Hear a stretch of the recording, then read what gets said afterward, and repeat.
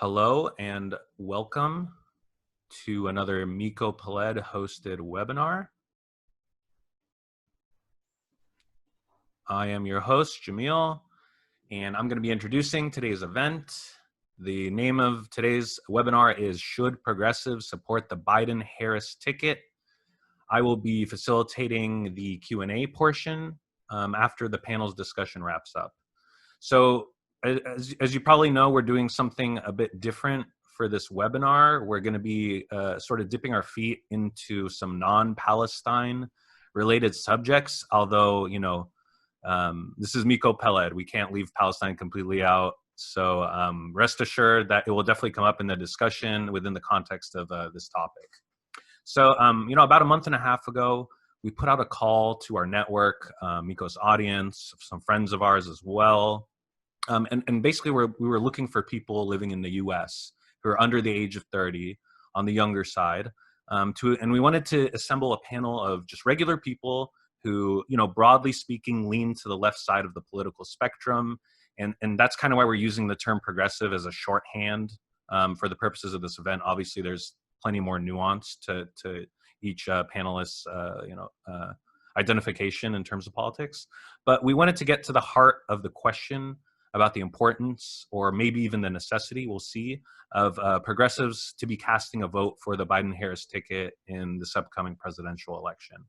And you know, we're not really taking a side in any of this. We simply want to hear directly from a small sampling of this generation of progressive Americans about how they are thinking going into this election. So we knew the basic format was we wanted two people who are leaning towards or certainly voting for Biden, and then two folks who are leaning towards or certainly not casting a vote at all, or maybe even casting a vote for a third-party candidate.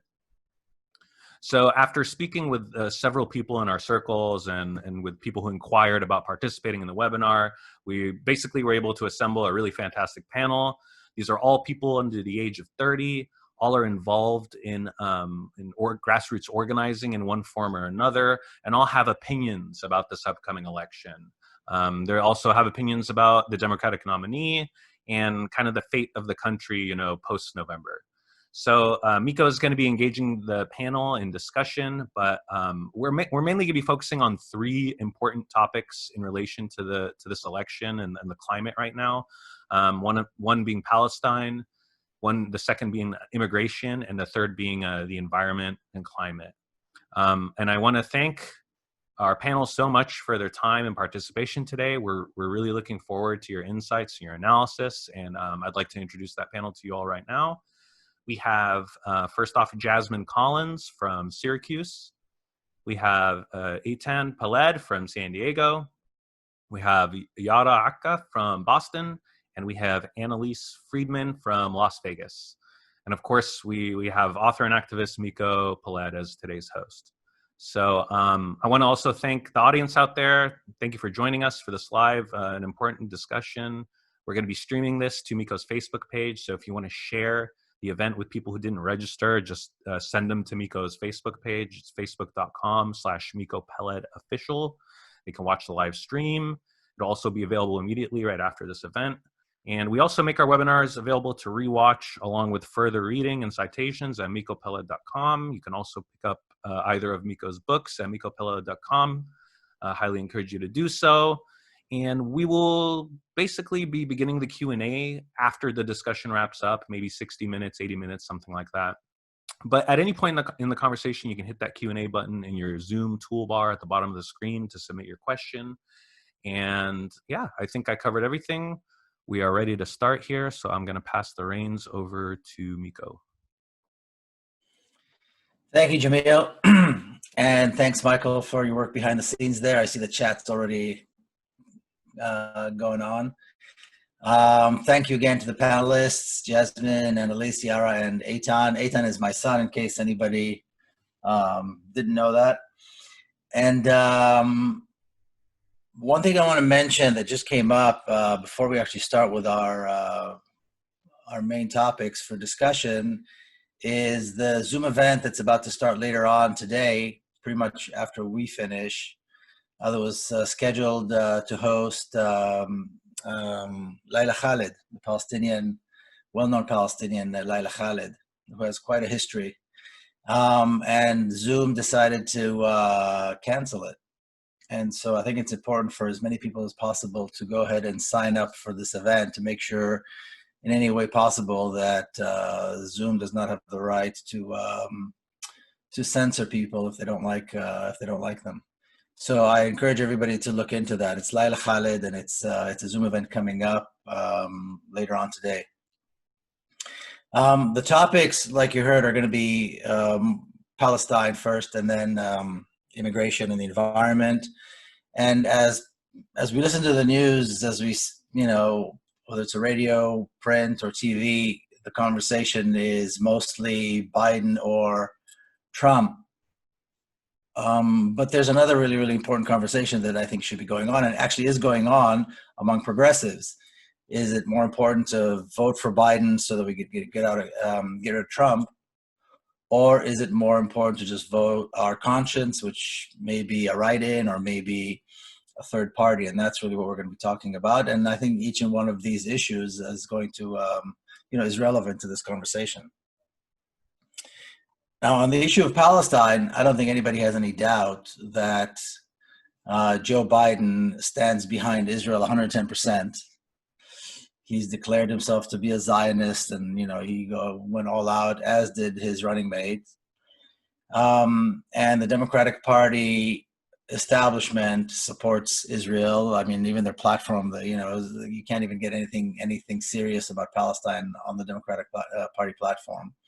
And that's seriously troubling, certainly for Palestinians, for people who believe in justice and freedom and who care about the issue of Palestine and the issues that relate to it.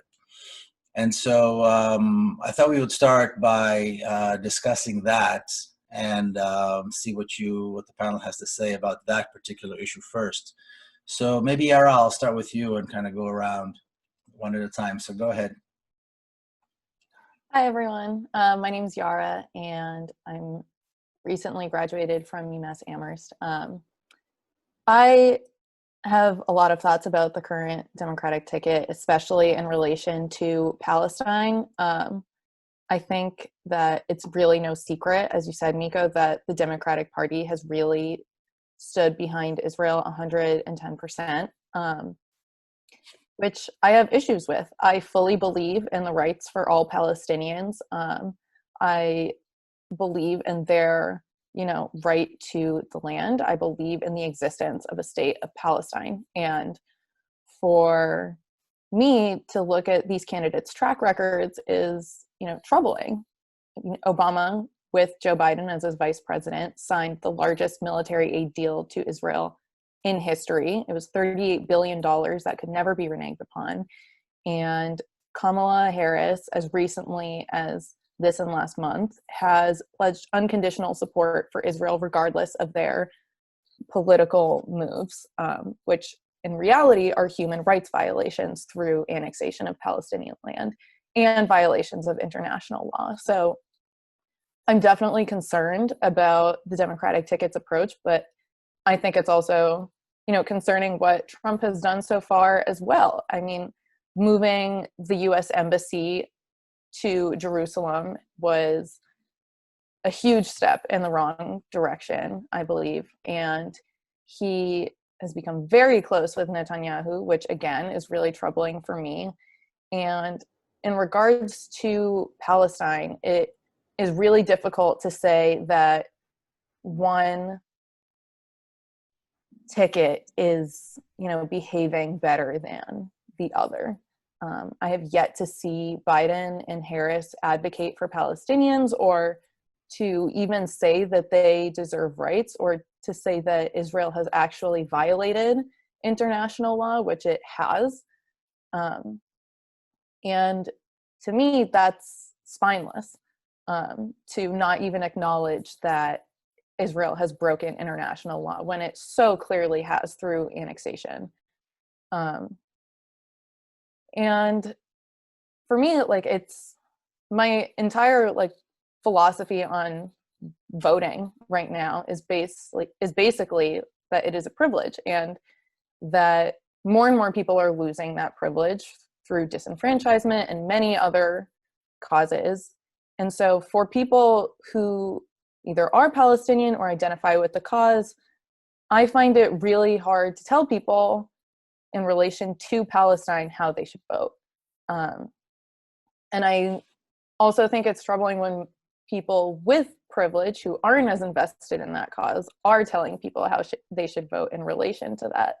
I think that it's really hard for someone with privilege to really understand what it's like for someone who is oppressed in that way. And so to kind of, tell people what they should do when they're not as effective doesn't sit right with me. But in relation to Biden-Harris and Palestine, I have a lot of concerns. And so far from what they've said, none of them have been alleviated at all. And so, I mean, I would go even further. I mean, the way I see Palestine, Israel itself is a violation of international law. It's not just that Israel violates international law, its actual existence is a violation of international law because it's an apartheid regime, it's engaged in genocide and ethnic cleansing. These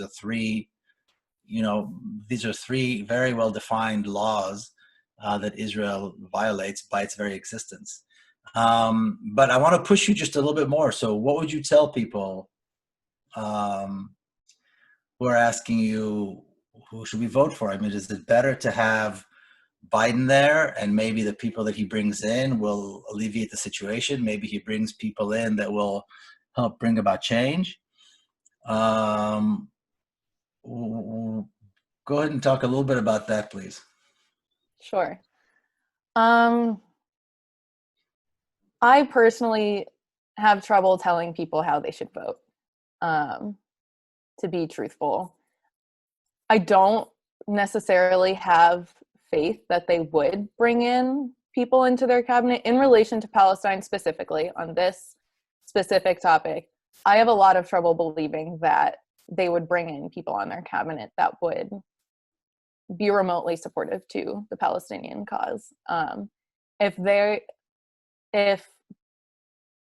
Kamala Harris, for example, is saying that regardless of any political moves that Israel makes, she will extend unwavering support to them, I really don't believe that, they will bring anyone into the cabinet or anyone and bring in a Secretary of State that will support Palestine and Palestinians.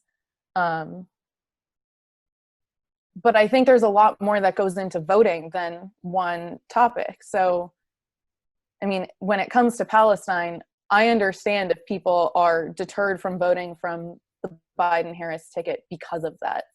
For me, there's a lot more that goes into voting than that. So I can't tell someone personally, you should vote this way or that way based on one isolated, well, not isolated, but based on one specific topic. Okay, Jasmine, you want to tell us what you think?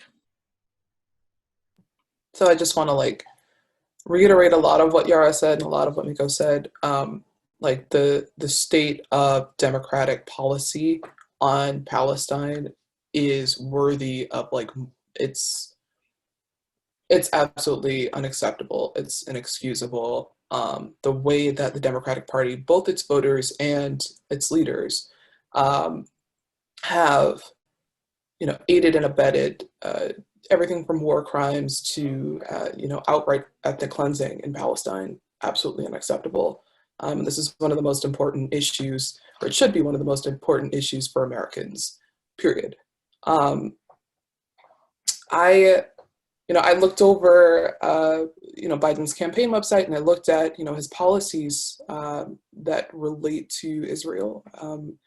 He gives a sort of standard rhetoric. It's important for us to honor the dignity of Palestinians, et cetera, et cetera. He doesn't really have policies to back up this idea that Palestinians actually deserve human dignity. I believe he stated that he wants to restore U.S. aid to Israel because Donald Trump ended up cutting a lot of aid to Israel, restore U.S. aid to Palestine because Donald Trump ended up cutting U.S. aid to Palestine, to Palestinians in Palestine in particular. That's not nearly enough. It's comically inadequate as a fix for, you know, the human rights atrocities that continue to happen in Israel, and in the occupied West Bank and Gaza. You know, I think that Yara makes a really good point when she says that voting isn't about, you know, one issue. There's so many other really, really, really important issues that we need to think about in this election. You know, there are so many other, you know, human rights atrocities that Americans need to end yesterday. But the thing is, like, this is the framework through which I view my voting. You know, I live in the state of New York, and New York is a solidly blue state, and we all know that New York is going to go blue this year. We all know that all of New York's electors are going to pledge Biden, and as long as they're not, you know, faithless electors, they'll vote for Biden. So you know, the way I see it, like, I have a lot of freedom, like a lot of progressives in this state, like a lot of progressives in blue, like solidly blue and solidly red states around the country, to use my vote to send a message. I'm not sure how effective, you know, my voting would be in sending any sort of message, you know, to the country's leaders, you know, to its voters, etc. But I'm willing to give it a shot. You know, I will likely be voting for Howie Hawkins in November. And part of the reason why I'll be voting for Howie Hawkins is because Hawkins and the Green Party generally, you know, they have long been behind the BDS movement. Perhaps they're not, perhaps they don't support the BDS movement with as much fervor as they should. You know, but they are behind BDS, and they are one of the few parties in the United States that actually recognizes that, you know, Israel's human rights atrocities cannot continue, period. So, you know, that's my argument. You know, if the question is, you know, how should progressives vote if they want to honor their responsibility to the Palestinian people? I would say it depends on where you live. The United States is not really a democracy, and I don't say that, you know, simply because I'm angry. And, you know, I that's something you often hear from, you know, lots of disgruntled American voters. Like, genuinely, the U.S. president is not elected through any sort of popular vote. You know, and because the US president isn't elected through a popular vote, because of the particular way that our electoral system works, I think progressives have some wiggle room, particularly when they live in deeply red or deeply blue states, to use their votes for creative purposes, including, like, you know, sending a message on Palestine. Again, I'm not sure how effective this would be, but I think it's worth a shot. You know, so I think progressives in deeply blue and deeply red states should consider, you know, not voting for the Biden ticket, particularly if they have, you know, really, really big, you know, ethical qualms about voting Biden-Harris. You know, you mentioned the Biden site. I read what the Biden website talks, you know, says about Palestine. It doesn't say anything about Palestine, but it says about Israel. And it's all about supporting the Jewish state, the Jewish people, the Jewish values. And I thought, what does that even mean? What does that mean? All Jewish people have the same values? I mean, what is the Jewish state? I mean, even people who do live in the so-called Jewish state aren't really quite sure what the Jewish state is and what it means, if it has any legitimacy. But it kind of broad strokes the whole issue, as though to appease anybody who might come up with anything. And you're right. I think the Green Party, the U.S. Green Party, has the most progressive platform on Palestine of any Green Party in the world, actually. And they do support BDS and the call for single democracy over all of Palestine. And, you know, you're both right. I mean, it's more than just about one issue, which is why we're going to be talking about all these different issues. Elise, you want to go next? Sure. So, I agree mostly with what everyone thus far has said. I think that it's important to note that members of the ruling class in the United States can't not be Zionists. the ruling class here is like a very effective machine, and whether Democrats or Republican, like Zionism is a relevant and necessary part of their tendency. And going back to Joe Biden and his behavior on Israel, he does like the typical like pandering to like a lot of Jewish people, like he'll don like a yarmulke and do all of this stuff. And whenever he's like pressed on the issue of Palestine, he equates it to potentially being anti-Semitic, which is like inherently like another problem in and of itself. I don't think that the Biden-Harris dichotomy is going to bring a lot of very relevant change in terms of progression of rights for Palestine or progression towards like the destruction of Israel. Obviously, Harris and her husband are huge Zionists. They're huge Zionist donors, and they have been for a very long time. But like everyone has said, obviously voting is not relevant to one subject. There are various different like venues and things that must be considered when talking about this stuff. But objectively, I think like it boils down to the fact that the ruling elite in the United States must be Zionist. They must be. So the notion that we can essentially or potentially push them out of this Zionist like hole that they're in by voting within the two major parties, I'm kind of like apathetic towards it.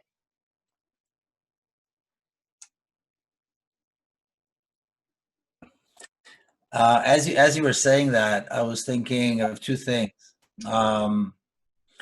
One is, I don't know if you guys know, I'm sure you guys know this, but of course this happened a long time before you were born.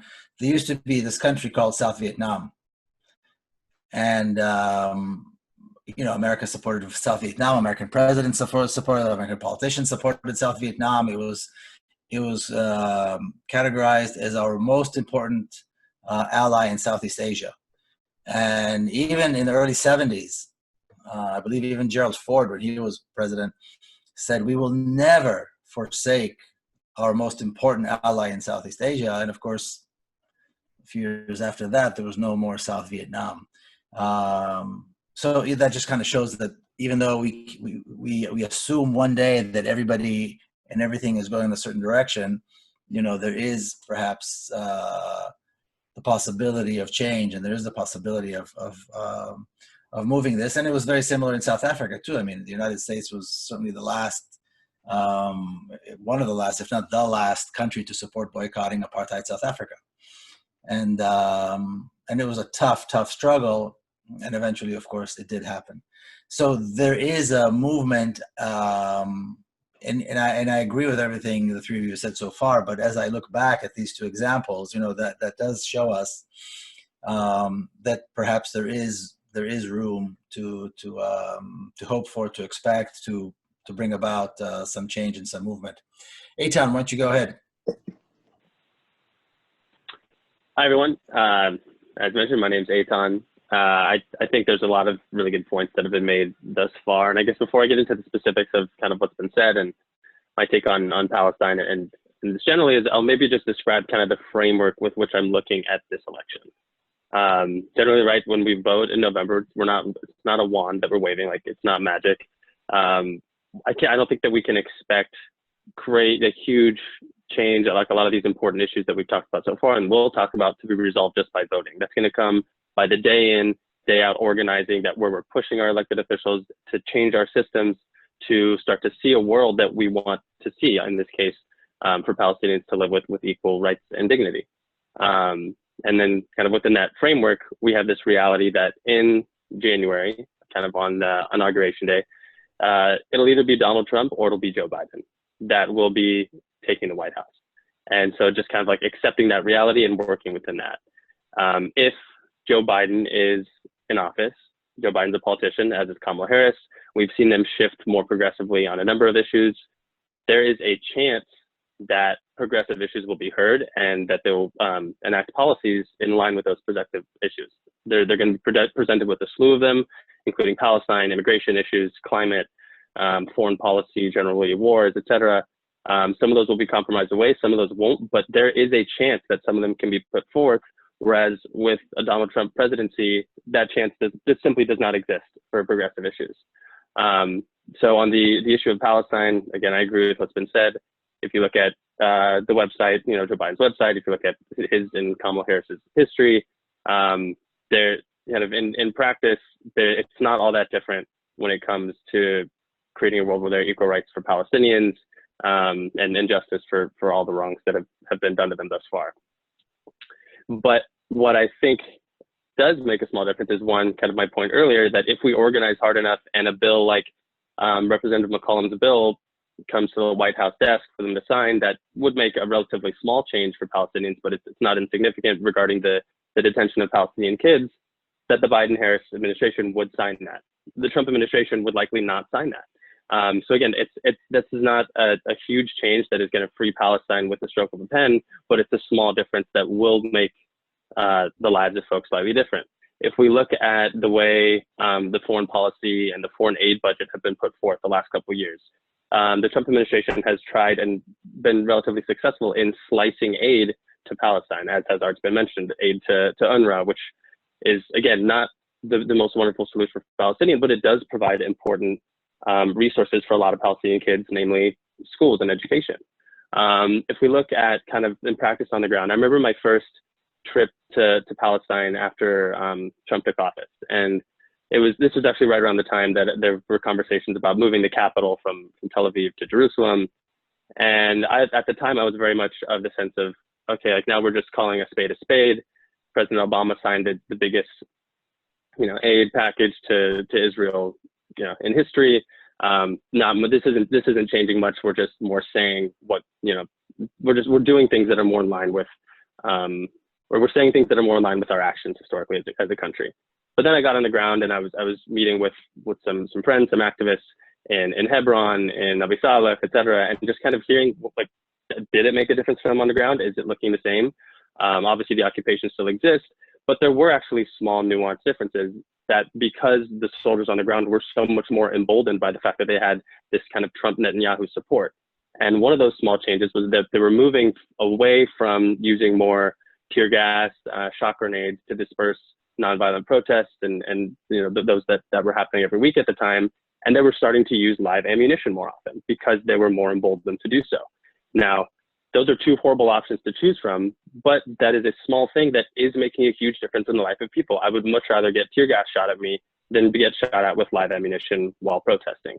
And so again, these are, I think, some small examples that where Trump has really moved us in the wrong direction, and so that we need to do everything we can to get him out of power so that we have a chance to enact the policies that we want to see put forth, the tenets of BDS adhered to, et cetera, because we just don't stand that chance with Trump in office. And then kind of one other point, that's not necessarily about Palestine, that I'll make with regard to whether or not you're voting in a blue state or a red state or a swing state.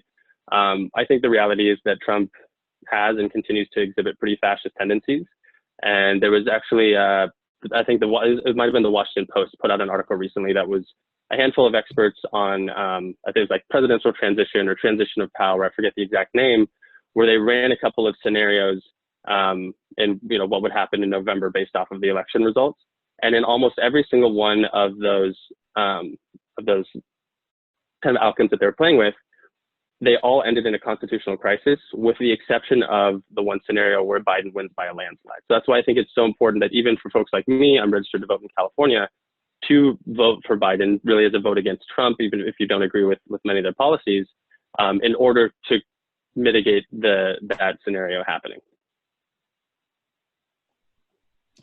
You mentioned a couple of things, like ending the aid to UNRWA, the United Nations agency that takes care of Palestinian refugees. That certainly was a big blow, and it was not just a big blow, but it was part of a larger policy shift which does not recognize the existence of the refugees and the rights of refugees anymore.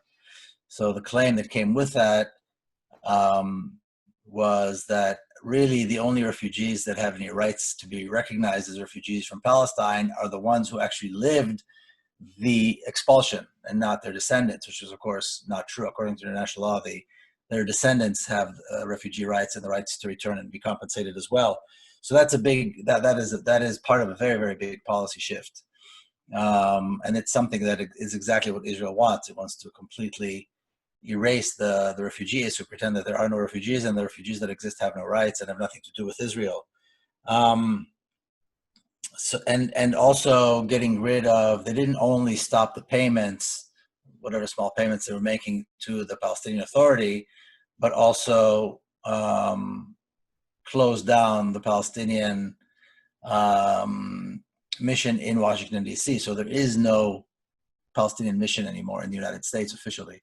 So like you said, all these little things are small things. They're not, but they represent a bigger picture. And I think also you mentioned the bill that's been in Congress for a few years now, to protect Palestinian children who are being detained. The whole issue of the detention of Palestinian children, which is incredibly important, and it's a very, very good bill.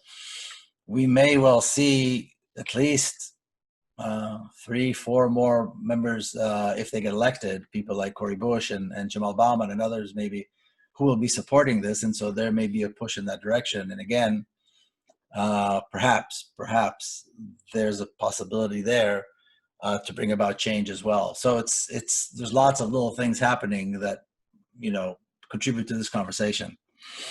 Anything else anybody wants to say about Palestine before I move on to the next issue?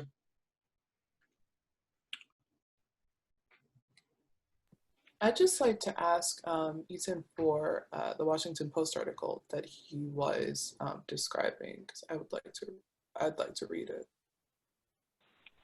Sure. Yeah, I'll circulate it in the chat, or I'll send it out to either Miko or Michael or Jamil or someone, so it can be circulated after.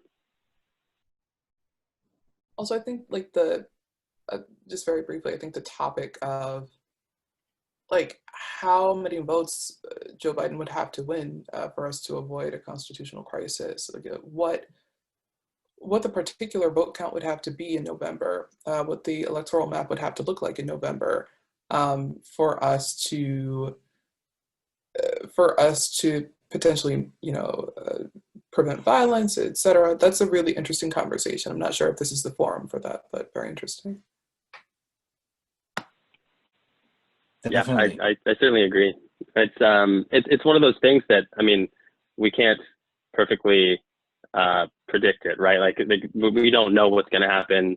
In this particular scenario, in the article that I mentioned, they had kind of insiders, if you will, from the high up in the Republican Party, high up in the Democratic Party, and basically said, act as if you would if you were in power based off of this scenario, that scenario. And I don't remember the number of what counts as a landslide, but I think what the kind of my takeaway from it is, I want to do everything that I can in order to mitigate that happening. And so in order to do that, one way is to vote for Joe Biden and encourage other folks to do so. Which you do quite eloquently, I have to say. Okay, let's move on to the next topic, the topic of immigration and the way not only immigrants, undocumented people, and generally people of color have been treated over the last. We'll focus on the last 4 years, but the differences that we're going to see, that we may or may not see between a second Trump administration and an incoming Biden administration. And Eitan, you want to start on that one? Yeah, certainly. I think we could talk. We could probably done a whole webinar on just the issue of immigration and the nuances and difference and the ways that both parties have acted. Again, I think we need to look at this in the same framework as I did before, where we acknowledge that, right, the Obama-Biden administration, they set records in the number of deportations that they did. So it speaks to the fact that the system is broken and not working well. But during the Obama-Biden administration, there were some, again, small but not insignificant measures that were put forth that made a big difference in the lives of many people. And it's something that during the Trump administration, we have seen policy after policy after policy, just in an onslaught of picking apart of any protection that we have for immigrants and refugees in the United States. And again, I could go on and on, but I'll just focus on two populations that have been subjected to this, this sort of policy onslaught. The first is DACA recipients, and the second is asylum seekers. So on DACA recipients, those that don't know, it's Deferred Action for Childhood Arrival. It was a temporary fix that the Obama administration put forth to provide sort of protections and basic rights for the hundreds of thousands of people in the United States that were brought here as children without documentation, grew up in the United States. This is really the only country they've ever lived in. And it provided them with some relief, the ability to enroll in universities, to get jobs, et cetera, which has made a huge difference in the lives of many. And the Trump administration has very intentionally tried to get rid of DACA, which would strip these protections for hundreds of thousands of people, result in the deportation of these folks back to a country that they have never been to, because under DACA or until DACA, they likely weren't allowed to leave the country with some exceptions. And so that is, again, I think a really important thing to recognize. So that's on DACA recipients. The second that I mentioned is asylum seekers. And this is one where we have really, really seen an onslaught of protections stripped away for folks. I mean, just last month, and kind of throughout the pandemic, what we've seen is the Trump administration has basically used the pandemic as an excuse to close our borders to asylum seekers. They introduced a rule where they wanted to be able to designate people that show up as a potential public health risk, being a health to national security, and therefore being able to turn anyone away from the border at the discretion of the DHS officer who was there deciding whether or not there would be a public health threat, which is super significant, especially for the folks that are fleeing along the Central America, Mexico, U.S. migration corridor, where there's many, many people fleeing from Honduras, from El Salvador, from Guatemala, largely because of the result of policies of kind of U.S. intervention historically, and the role that we've played, and the rise of gangs there. But these are people that are now being denied protection, that we don't have to be denying the protection to, and it's something that the Biden administration has committed to doing. Now, again, is the vote in November a wave of the wand that is going to fix our whole immigration system, which incarcerates kids, adults, just for arriving and seeking asylum as part of the process? Not necessarily, but on the topic of immigration detention, again, a small pilot that the Obama administration put forth was called the Family Case Management Program. This was a program that looked at vulnerable asylum-seeking families when they arrived in the United States. Instead of incarcerating them, what it did is it connected them with the resources they need in the communities that they wanted to live, and gave them the information that they needed in order to proceed with their asylum cases, which are incredibly complex and difficult to navigate, even for someone who's from the United States and speaks English. So for someone where English is your second or third language, it's especially hard. But anyways, this pilot, which provided them with these resources, had incredible results at the end. I mean, they were incredibly compliant. It was much cheaper than incarcerating them. And then obviously it's much more humane. This is a program that was cut by the Trump administration. It was enacted in 2015, 2016. I think it was supposed to go on for 4 or 5 years. The Trump administration just stopped doing it without really providing any excuse. And now if we look at the election of Joe Biden and Kamala Harris, this is something that could then be introduced and scaled up across the board, and could be the beginning of a change to our system where we're no longer incarcerating people just for seeking asylum in the United States, which is huge. And then the fact that the United States was doing that could potentially set an example for the 100 or so other countries in the world that incarcerate children as they try to seek asylum in those countries. So again, I think there's a lot that we could go off of talking about immigration, but just on those two issues, I think there's a really, really compelling reason to vote for the Biden-Harris ticket, especially as a vote against the Trump ticket.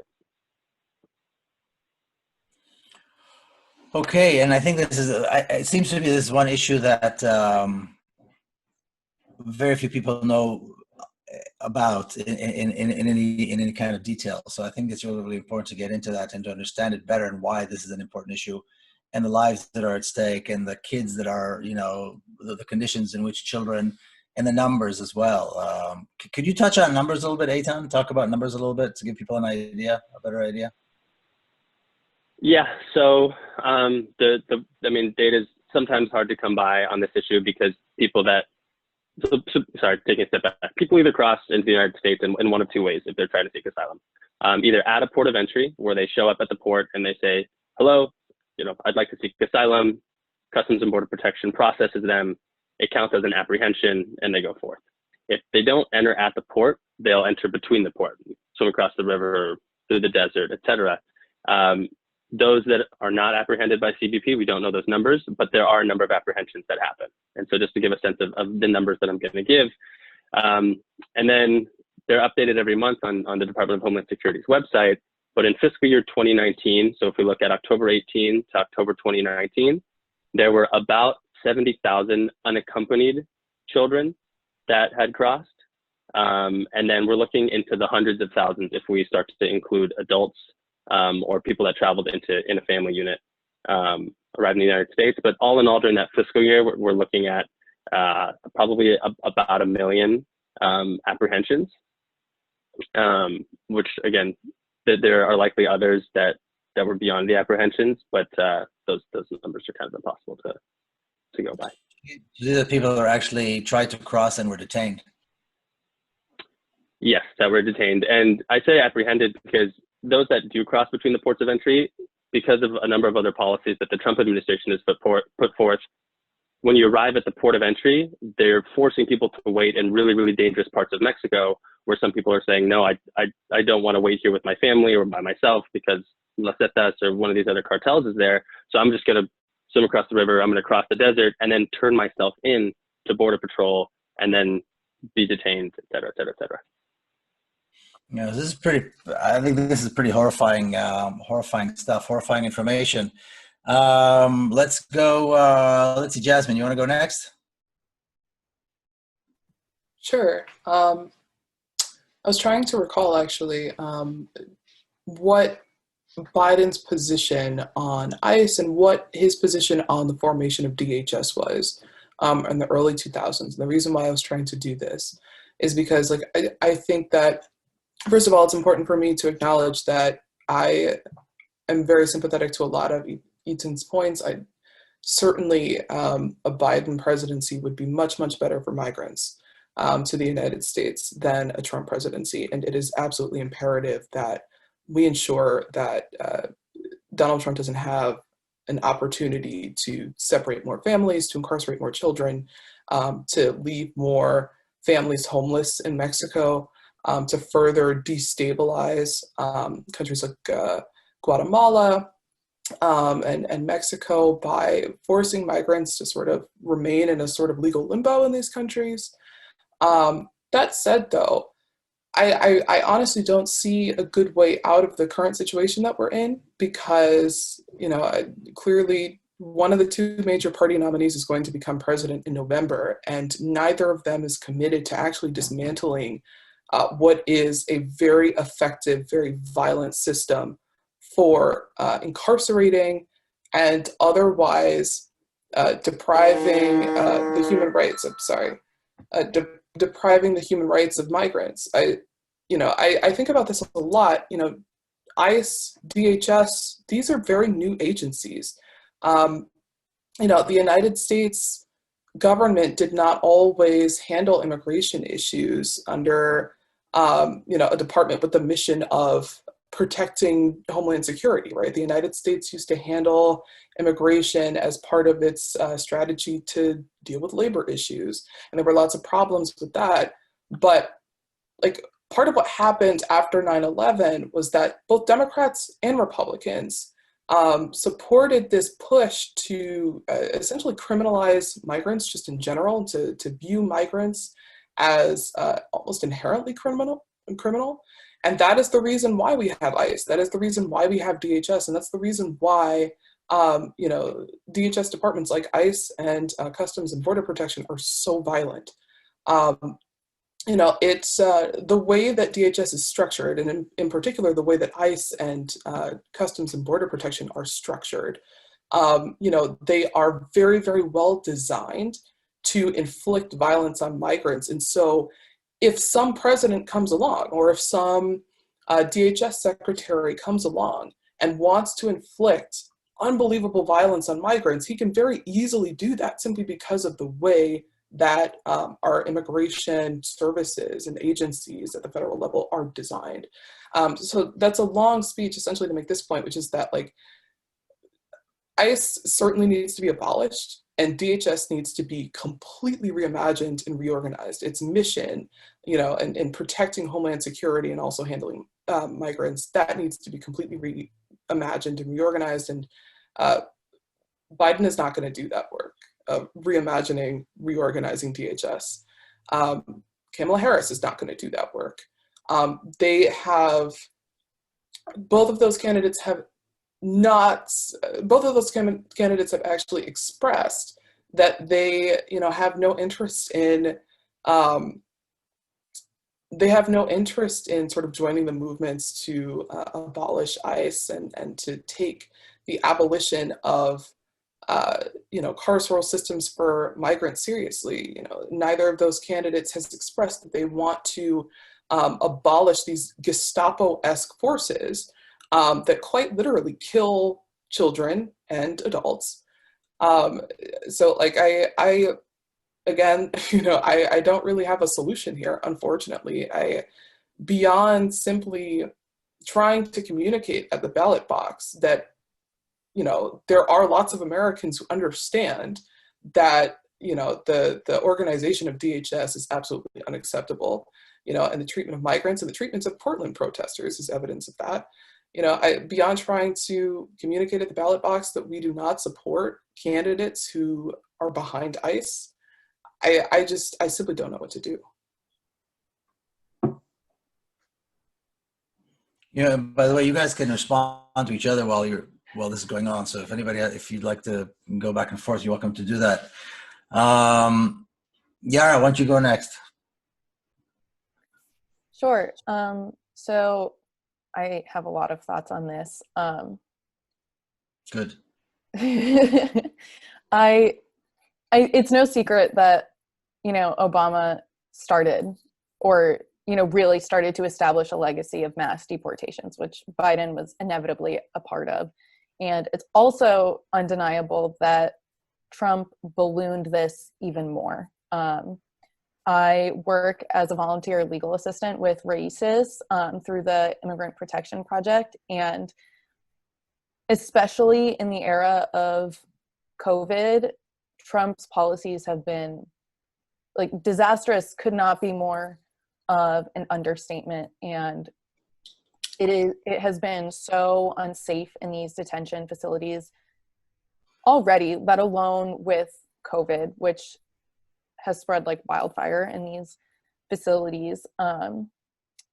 And that is something that I don't believe that Biden would do quite as much damage as Trump is doing in these facilities. And especially, I mean, COVID aside, thinking about just the trauma that is happening in these facilities of kids being kept in cages, of being separated from their families for extended periods of time, especially at such young ages, like the amount of trauma that is being inflicted on these children. And it's not just the separation. These children are being abused in these facilities, in these detention centers. There is so much physical abuse, emotional abuse, sexual abuse being reported, and that can't be ignored, I believe. The trauma is just so massive, has such detrimental effects on development afterwards, of the ability to, you know, not just leave a dangerous situation from these countries that these people are coming from, but also then to, it really diminishes the ability to, you know, come to a new place to thrive. There is no ability to thrive when that kind of trauma is being inflicted.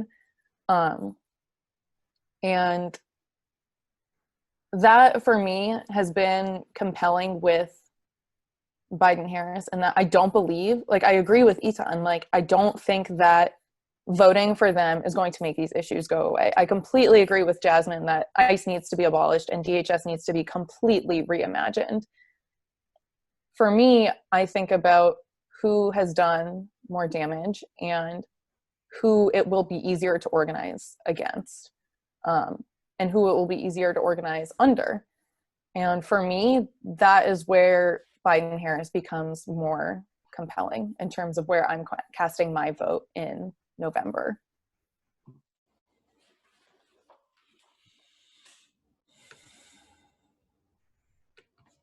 Okay, Annalise, you want to go next?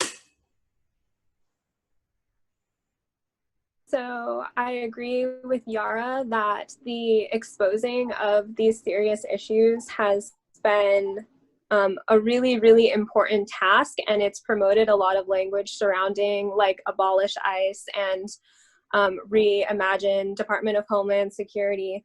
But unfortunately, like the Obama regime was the largest and harshest immigration enforcement regime. They're the ones that originally started jailing children. And whilst like he does have like a mixed legacy in terms of immigration, because he does have Daca, which I think saved around 750,000 children, which is amazing. There were also millions that were deported, millions that were placed in cages, and also the like fines, the increasing of fines for immigrants in terms of like people who were to employ them, healthcare officials that were sent to take care of them, was like the harshest it's been since, I believe, Ronald Reagan. So I think that coincidentally, whilst obviously I'm not a fan of Trump, I think one of the most helpful things of the Trump presidency is to expose the tendency of this specific regime in terms of its treatment in these facilities and in jails and prisons in general. I don't really believe that, at least for me personally, as somebody who's been organizing against this for a long time, more people have shown up to anti-ICE protests than ever before since Trump became president and since these issues became on the forefront. And I remember in like 2012 when it was me and like 8 other people outside of the federal building protesting, and now like it's full. So I think it's a curious situation.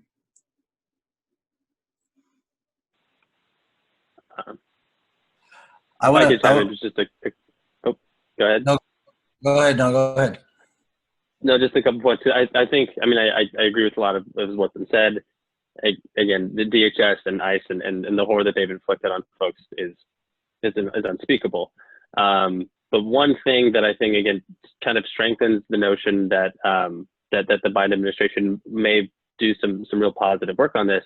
As I mentioned before, there's going to be a whole slew of progressive issues that's going to be presented to them, to the next administration, whoever it is. If it's Biden, then some will be compromised away, some won't. The fact that Trump has brought so much attention to this immigration issue and that it's top of mind for so many people, I think will kind of force the Biden hand into putting forth more progressive policies like that family case management program that I mentioned, which is again proof that it can be done and we can kind of start to reimagine a new system. And I think another thing that how we haven't really talked about is the fact that we're not just electing a person, we're electing the entire staff that comes with them. And so if we look at like a Stephen Miller, for example, who is really out to get migrants. I mean, it's frightening really to look at their record of what they've done to asylum seekers and immigrants generally in the country, even those that are here kind of employed through H-1B visas, et cetera, and kind of shredded apart that system. That is very much the doing of people like Steve Miller. Whereas if you look at the people that the Biden-Harris ticket is bringing on, you can look at, for example, like Julie Chavez Rodriguez, I believe is her name. She is Cesar Chavez's granddaughter, and has been doing some really great work under Kamala Harris's administration here in California on this issue. And so again, the introduction of staff like that, I think, presents a case where we really do have a chance with this at reimagining a new system. Will DHS be dismantled in a way that is actually protecting everybody that lives in the country and not prioritizing white folks over people of color, immigrants, et cetera? Not necessarily. It's, again, we're not waving a wand, but we're putting someone in place that would actually listen to us, whereas we do not have a seat at the table. They're not coming to the door when we knock when it comes to the Trump administration. You know, I think that I'm reading through the chats and I'm listening to what you guys are all saying, and it's very interesting. I think that what maybe we need to make clear is that nobody's suggesting that that a Biden administration will solve the problems and deal with the issues that we feel strongly about in a way that will satisfy us. In other words, either way, we are going to have to keep working as hard as we possibly can. And it's true that I think on all fronts, all progressive issues, Trump has kind of created this sense of awakening. People are much more active. People are out there. Like Ellie said, I mean, all the protests, all the issues, healthcare, you know, that we're not even touching on today. There's a lot more going on because Trump is you know, basically scaring the life out of us. But I think it's important also to remember that if there's an argument for voting for Biden, it's not to say, well, we need to vote for Biden so he's elected, and then we can all go home and just, you know, grow flowers. Our work is not going to be done with a Biden administration, but our work will require just as much effort, just as much, you know, keeping our voices raised so that the people around him, the people that he brings in, which are lots and lots of people that deal with all these issues, will be pushed in the right direction. I think it's important to clarify that, you know, we're not talking about, you know, Biden being the savior of progressive issues, not by any stretch of the imagination. But just, you know, we're going to have to work both ways very, very hard. I want to add something here that we didn't really plan on saying, but I think is related to the issue of immigration, which is,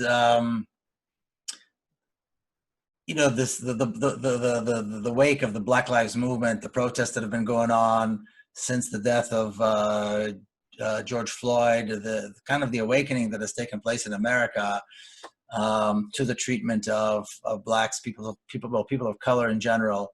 And I think that kind of relates to the immigration issue because there is a racist component there. And I want to see your take on you know, in this context, on that issue as well. Annalise, you wanna start perhaps? Sure. So obviously what's going on in the wake of these protests in terms of the federal government's response is truly shocking and horrifying.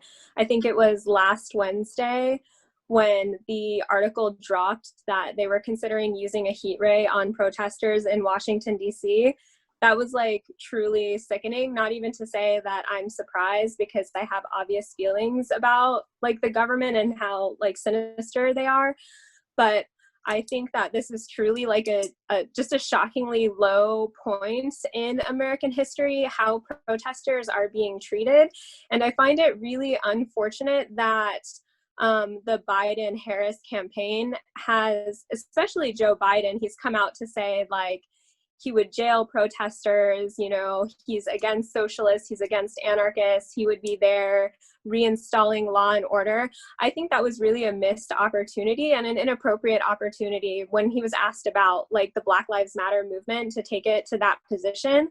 But objectively, I think that, or I can't for certain say that the response would be any different, but the one that we have now is truly horrifying. And as somebody who has been arrested during these protests and has been out there for almost like 60 days straight, it's truly like, I think it's one of the lowest points like in American history in my life, like domestically. I think this is like truly terrible.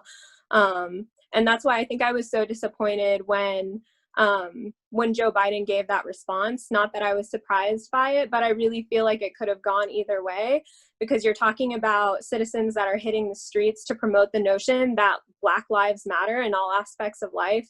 And I find his response to be really lackluster.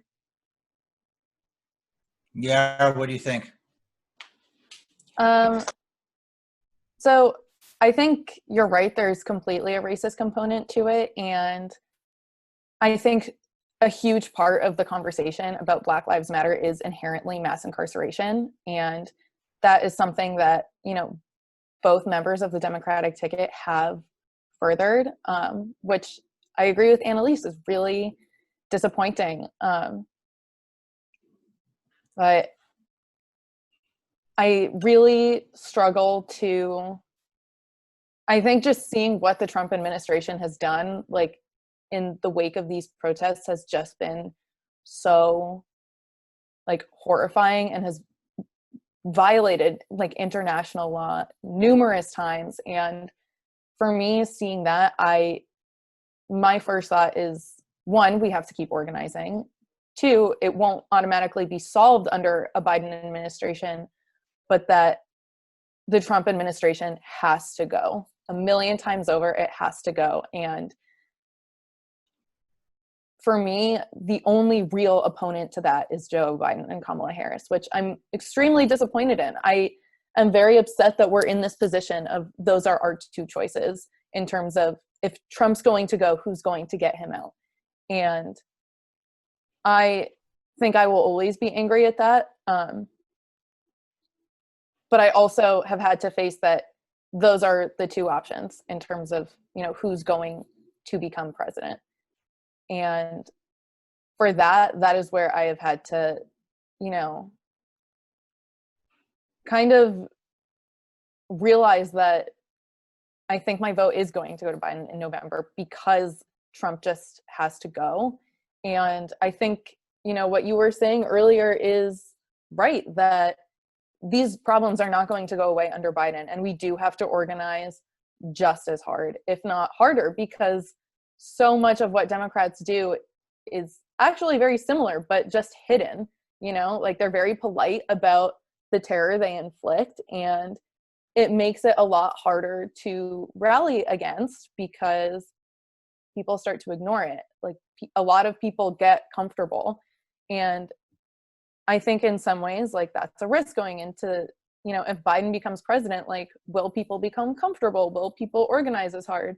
But I'm not willing to take that risk by, not doing everything I can to get Trump out of office. And I think voting is just a small part of that. I think organizing is the real work, and, like bringing power to like the people and taking our power to the streets and like doing all the work that we can in every possible way is what's going to make change. I don't think the presidency is going to create this overarching change whatsoever, but I'd be remiss if I said it did nothing. Like if we managed to flip the Senate towards being Democrat, like Donald Trump would veto all progressive bills. I can't say that Joe Biden would do that. And like that for me matters. So I think it's incredibly nuanced. It's incredibly complicated. I don't think it's as simple as saying I'm going to do it or I'm going to not.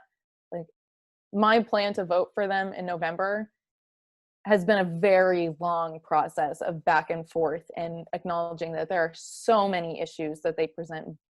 But I do feel like it would be easier to organize under a Biden presidency, assuming that we organize just as hard, which again is, not an easy assumption to make, nor one that I think anyone should just assume, but that possibility matters to me.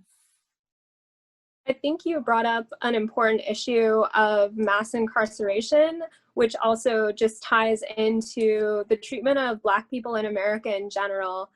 Black birth rates are some of the worst here. It's so dangerous to give birth as a Black woman in America.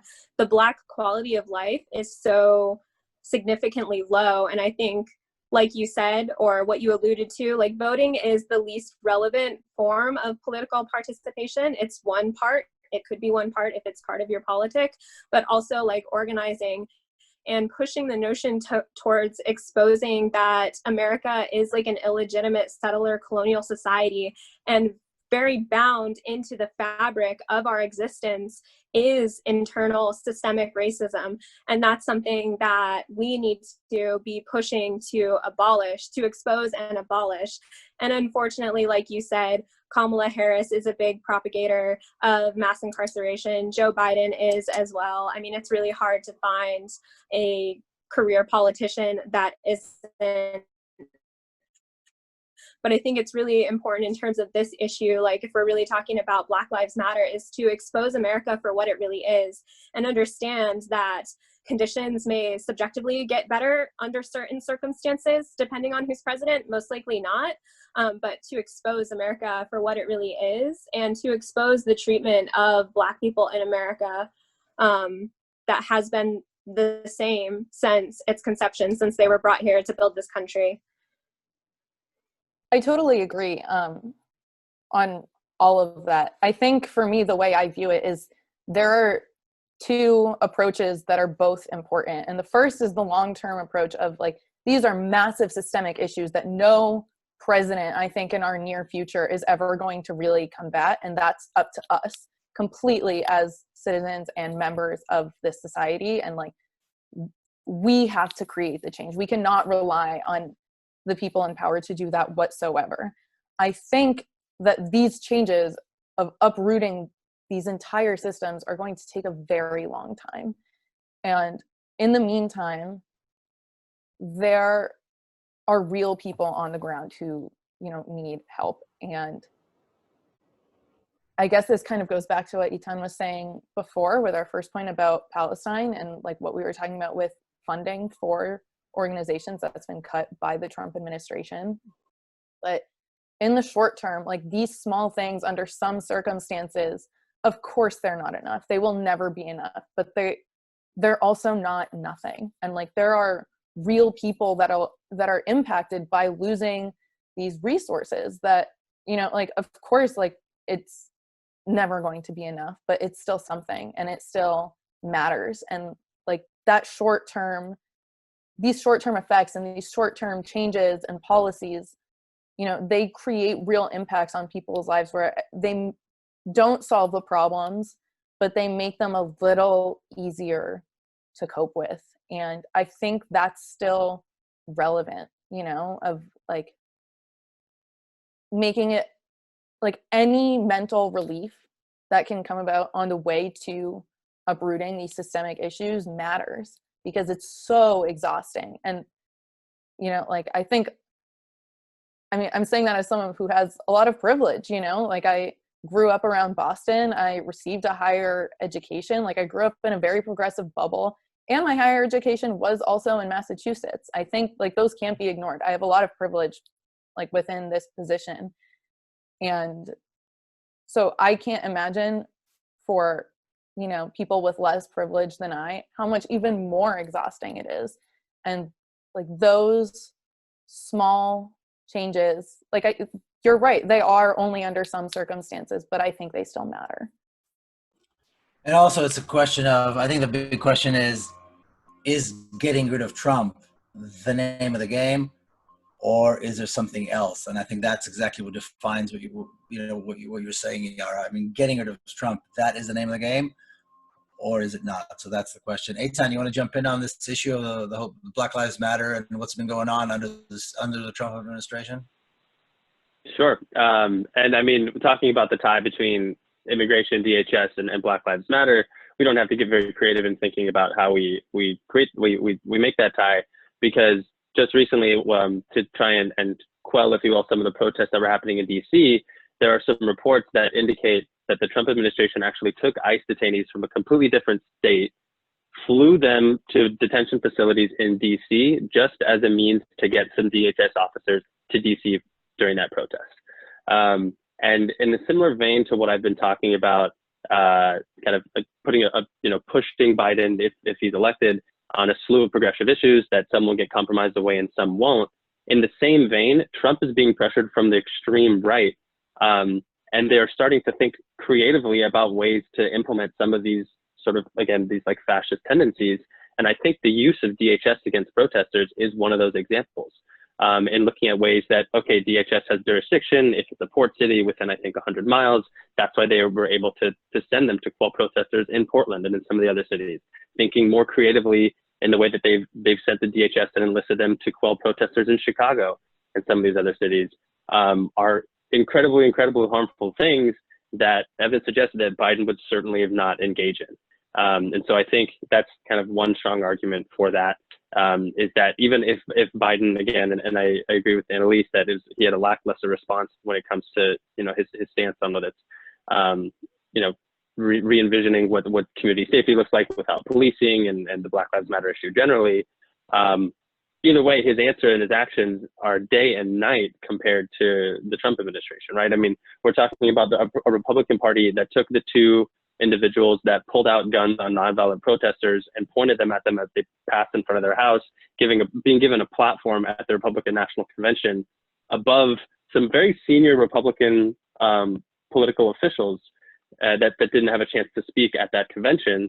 Whereas, Biden is at least acknowledging that there is systemic racism that we need to address, or the fact that Trump is ignoring and a lot of cases when there was a victim of police brutality that was shot, where Biden is speaking with their family, at least hearing from, at least going through the motion of doing that, and then Trump is, promoting the rights of the 17-year-old kid or however old he was, the white kid that walked to the protest and opened fire. And so again, I'm very much in the camp of like, we got to get Trump out of there for some of these reasons. And then again, as Yara mentioned, if we get some progressive policies that are passed, granted, a lot of them are going to be at the local community level, but on a federal level, there's no way the Trump administration is going to sign those into law, whereas the Biden administration can be pushed on the issue. And in saying this, I don't think that, again, we need to be organizing day in and day out. We can't be excusing the historic actions of the Biden of Joe Biden, like the 1994 crime bill that had horrible impact on Black and communities of color in the United States with regards to increasing the rates of incarceration. But again, it's not so black and white, and embedded within that 94 crime bill was also the Violence Against Women Act, which does some work to try and empower and protect survivors of domestic violence, which is kind of an issue that we haven't talked about explicitly. Whereas Trump is somewhat ignoring those issues. We have his Secretary of Education making it harder for people to make reports of domestic violence in universities, and Betsy DeVos. So again, I think when you look at Biden next to Trump, it's day and night on some of these issues in a lot of ways. But when you look at Biden next to the world that we want to see and want to envision on these issues, there is a serious gap there that we have to work really hard to fill, that I don't think we need to excuse. But as I've said before, we're not waving a wand in November. We're doing like one day, one part of a long kind of trek of organizing and trying to get Trump out of the way, because he's enacting so many harmful policies and putting someone in power that is more likely to listen to us. Yeah, we're not waving a wand, but to wake up in the morning and not see Trump president, I think is going to be, right now, it seems like it would take a magic wand. Jasmine, go ahead, please. I'd like to make this point. Like, I agree that, best case scenario in November is that Joe Biden wins for reasons that we've already discussed, right? Joe Biden, horrible on immigration, but better than Trump. Joe Biden, horrible on Palestine, but better than Trump. On the environment and healthcare and any other issue that you can think of almost. And in fact, yes, any other issue that you can think of, Joe Biden is better than Trump. So like personally, like I do think that it is extremely important that, Trump gets out of office. That said though, like on the question of what voting is about, why we vote, which was introduced earlier by Miko, like I would argue that voting isn't just about trying to get one person out of office. It's also, in the case of this upcoming presidential election, about essentially anointing a standard bearer for the entire American left, right? Like the presidential primaries and general election of this year are about defining what the American left is and what voices in the American left are going to be heard, what voices in the American left are going to matter, and which voices aren't going to matter. And I think the problem, in saying that, every single left of center American should vote Biden is that sends the message to Biden, to other politicians, to journalists, to pundits, to voters, that Biden somehow represents the American left, which he does not, right? I think it's worth sort of remembering how Biden actually got the Democratic nomination. He, for most of the primary season, which is in the United States is very long, for most of the primary season, for months, was not polling well at all, anywhere, right? Super Tuesday happens, and he gets a good amount of support from a handful of states that do not represent, the whole of the American left, right? They represent a fraction of the American left. And furthermore, there were reports that like some disgruntled Republicans, had decided to participate in this year's, primary elections, or people with, past, histories of voting Republican had decided to switch over with their conservative ideologies and vote for Biden in the Democratic primaries. And that is how a bench full of progressive candidates, managed to lose to Joe Biden, like one of the most conservative people to actually run a campaign for president on the Democratic ticket this year. I myself was a Bernie Sanders supporter, right? But I was someone who thought that Elizabeth Warren had a lot of good ideas, right? I would not have minded so much an Elizabeth Warren candidacy. I would have probably been a little excited about it for a couple reasons. I might not have minded so much a Cory Booker, presidency, right? There were so many progressive candidates who ran this year. And yet, because of the way that our electoral system works, Joe Biden is the nominee. There's this expectation that, left of center people have that, whoever wins Super Tuesday, we're all getting behind him. And it's always a him, right? Except for in 2016 when that didn't work out.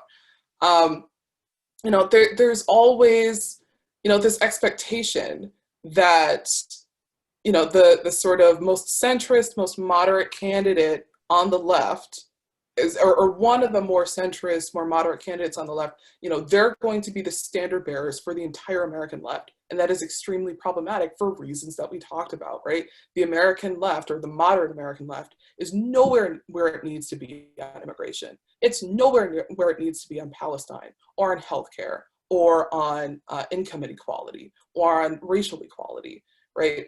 And that problem, whereby the Democratic presidential candidates, the standard bearers for the American left, don't represent the American left, that's not going to change if we continue to cast ballots for whoever the Democratic candidate is, no matter where we live, no matter what our thoughts are, right? And this is the thing, I think we can take advantage of the fact that we don't live in a democracy, right? We live in a system where the people who actually elect the president, they're this small cadre of electors, and we can rest assured that New York will go blue, Mississippi will go red, right? If you're a progressive in Mississippi, if you're a progressive in New York, I think it is worth trying to send the message to the Democratic Party, without forfeiting the election to Trump, that we're not going to stand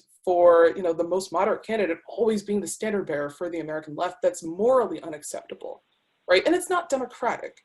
If that means that all the progressives in the country have to wait until an hour before the polls close, or if that means that somehow we have to figure out mail-in voting to make sure that the blue states go blue so that Biden does win, but that we're not sending this message that he has support from the entire American left, then so be it. It's a complicated, tenuous sort of game trying to ensure that Trump doesn't win, while also not giving Biden too much support. I understand that that's not a game that everyone wants to play, but I honestly don't see how we get out of this situation where the presidential nominee for the Democratic Party, the only viable left of center party in the United States, doesn't represent the American left if we continue to cast ballots always for the Democratic candidate, no matter what. Yeah, and I'd generally, like to respond to that. Go ahead, please. No, I think go ahead if you wanted to. No, go ahead. Okay, I mean, a couple points on that. I understand and I agree with the kind of problems that you set forth with the way our election of our president operates. Where I disagree is that you've reduced that that the one representative of the American left is the Democratic nominee for president. I mean, I think we need to look at so many other races that have happened. We need to be looking at the House of Representatives, right? The AOCs, the Ilhan Omars, the Rashida Tlaibs, the Cori Bushes. They are, I think, the representatives of the kind of American left and are putting forth policies that whoever is president, we want the president to be the person that's most likely to pass those policies as an indicator of that. I agree that there's a problematic way that Joe Biden won the nomination, but the reality that we're faced with right now is that he is the nominee. And I also don't think that a vote in a safe blue state like California for a third party candidate is really sending a message to the Democrats of whether they have the support of the American left or not. I think that is more going to come from like daily volunteering and to build up the strength of like a viable third party, or like volunteering our time on a daily basis for however many years to try and change the system so that it's not just a two-party system, if that's the world that we want to see. In this particular case, a vote not for Joe Biden, in a sense, is quite literally a vote for Trump. Just if given the constraints of our current system, it's Biden or it's Trump. And I also understand the argument of kind of like voting your conscience and wanting to vote for somebody that is much more in line with your ideals to represent us as president.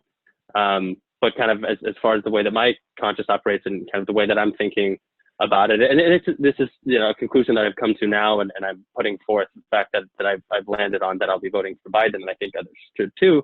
But it's not that I didn't wrestle with it for a long time. But thinking of certain things in certain scenarios of like, I'm looking at myself and reflecting after the election, if I don't do everything in my power to get Trump out of office, I think I'll be kind of disappointed with myself. And in having conversations with people like, migrants that have been forced to wait on the very, very dangerous, parts of Mexico instead of being allowed into the United States to seek asylum. I mean, I've spoken with families in cities like Matamoros, which is one of the most dangerous and violent cities in the country of Mexico. And in talking with families after the election, assuming that I'll be back there at some point, I don't know that I'll be able to look at myself if I didn't do everything in power to try and make it so that there's not a president putting forth policies that is going to land them in a city like that when they've come to the United States to seek protection. Now, if that alternative is the fact that they're going to be detained in immigration detention, honestly, that is better than being homeless in Matamoros. And so I think it's just kind of like countless stories like that, and the fact that kind of the constraints of our system currently, where I think that a vote for Biden is important, especially in this particular election. If I could, though, push back on the idea that a vote for someone other than Biden is a vote for Trump, I think given how polarized we are in this country, and given like the near zero likelihood that a state like Mississippi is going to allocate any electors to someone other than Trump, like I think the claim that a vote for no Biden is a vote for Trump just doesn't make sense in the context of how our electoral system works. Let's be real. Progressives in Mississippi, you have no influence over who's going to win the general election this year. None. Mississippi's electors will go to Donald Trump. Unless Donald Trump dies or decides to stop running, Mississippi will go red, right? And again, I think that gives people a lot of freedom to do other things with their vote. And I think, you make a good point about the president not being, the only sort of representative of the Democratic Party. But I think, particularly when people around the world think about what the American left is, they do look at the president, right? I'm not sure if people around the world, would be paying close attention to how many votes were cast for third party candidates, that sort of thing. But I do think that, there's a chance that progressives can send a message with their votes this year that like the electoral regime that we have right now for president is absolutely unacceptable. And the fact that Joe Biden, who doesn't seem to be many people's first choice for president, who doesn't seem to represent this sort of synthesis of, the many ideas about what we should do with the country on the left, is like, we need to send the message, or at least try to send the message to the pundit class, to the world, to ourselves, that like this is unacceptable. Our electoral regimes, the fact that Biden is the nominee, and I think because of the really weird and horrible way that our electoral system works, we have an opportunity to do that. So Jasmine, I guess just to clarify one point about the vote against. I think normally I totally agree. Like if you're progressive and you're Mississippi and you're voting for a Democratic president, like your vote's not going to matter because of the way that the electoral system is set up. But we currently have a president that I don't think it's that far-fetched to think that if he lost the electoral count but won the popular vote, would do everything in his power to hang into it and not leave the office. Do we know if that's going to happen or not? We don't. But again, he's exhibited some fascist tendencies, and I don't think that's totally ridiculous to imagine. And so I think it's all the more important that we, in a popular vote count, and looking at the popular vote, he's going to look at his and Biden's realistically. And so the less likely, the more that we can reduce the likelihood of that happening, the better, in my opinion. And so that's I guess my point about the Trump thing, but I hear you on the others.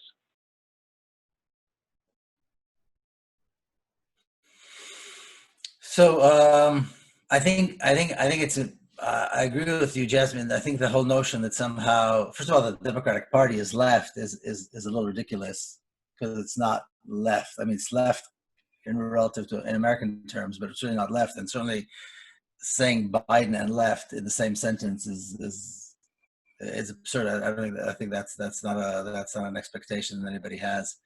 But no, I think the two of you just really raised. I think you raised some. This is exactly the heart of the issue that progressives are struggling with. This is exactly these two. This is exactly why we're having this conversation, because this is exactly you want to be able to look at yourself in the mirror the next morning after you voted, and this is going to be very, very difficult. I want to move on to the next issue, which is the environment, which is also extremely important, and also there's differences here. Or let's discuss what the differences are, and maybe do this one just a little bit quicker because we're just running a little bit late. So, and at least or Jasmine, you want to start on the environment issue? So on the issue of the environment, I'm extremely pessimistic about the possibility of the United States federal government implementing the sorts of policies that we need to decarbonize by 2050. I'm very pessimistic that we're going to decarbonize by 2050, and I don't like being pessimistic. But the reason why I'm pessimistic is because decarbonizing by 2050, meeting our Paris goals, our Paris Agreement goals, that is going to take a lot of congressional action. There's only so much the president can do. And from the analysis that I've seen, it's not likely that Democrats are going to retake the Senate this year. And even if they do retake the Senate this year by some miracle, and they also, keep the House, 2 years probably is not enough to implement the massive reforms that we need to meet our Paris Agreement goals, or something resembling our Paris Agreement goals. And furthermore, even if, let's say that Democrats do manage to pass this, wonderful Green New Deal, all the details are hammered out, next year, that's an unrealistic scenario, but even if it came true, Republicans could dismantle it as soon as they take power again. So I hope and pray that states can do some really ambitious things to decarbonize. I know New York State implemented legislation recently with some fairly ambitious climate goals.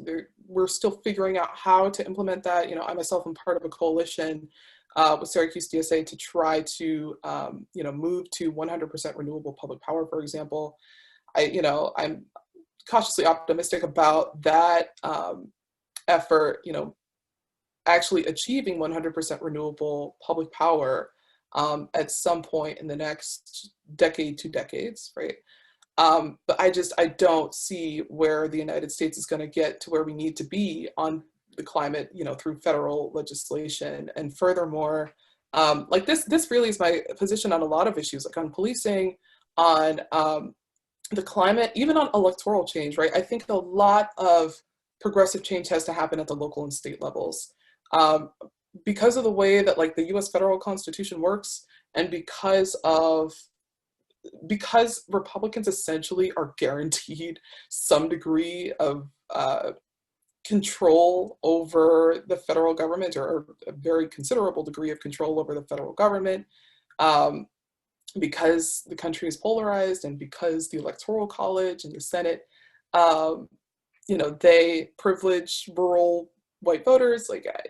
I think our only hope for the next few years is state and local action And I think we should all pray or hope, whatever we want to do, that somehow by like maybe 2030, climate denial has more or less died in this country. If it doesn't, like, I don't know what's going to happen. So you don't think it matters on this issue who people vote? In other words, Trump, Biden, that is not irrelevant. I think that, Biden can do things like restore, I think it was like the Clean Air Act that Obama implemented. Obama definitely, implemented some policies that moved us toward, ditching coal and decarbonizing just in general. He implemented, under his administration, we did join the Paris, agreement. This is all important. But like, when it comes to actually enforcing the climate policies that we need over the next 30 years, I don't think that it's going to happen at the federal level. So no, I don't think it matters much who we elect in November. I think it does matter to some extent. Again, Biden is much better than Trump, but it's any sort of federal action, I think, over the next decade at least, is going to be woefully inadequate. So. Okay, Annalise, pick it up. Jasmine, I think it's important to note that the United States military is one of the largest climate polluters in history. And it's also important to note, and something we haven't really talked about, is the United States' effect on other countries. Like on this specific issues, countries the least responsible for the climate crisis face the most serious conditions of food scarcity and various other maladies associated with the climate crisis. And the leading scientists have said, like, we don't have time for incremental change. Like, so voting or a Biden ticket necessarily isn't going to, whether or not it's better or worse than Trump, isn't going to provide the immediate response that we need. And I'm dubious myself of Biden defunding the military, which, like I said, is the largest polluter, the largest climate polluter in history. So I agree with Jasmine. Hey, Tom. Again, I think similar to the other issues we talked about, we have solving the issue completely in the way that we want to see it. And then we have the incremental change of looking at the reality that it's going to be Joe Biden or Donald Trump in the White House at the end of January. I think I agree about the, war is as bad for the pollution. It's the worst thing we do for the environment on a regular basis, the way we fly the planes, the fighter jets, the bombs, the weapons, etc.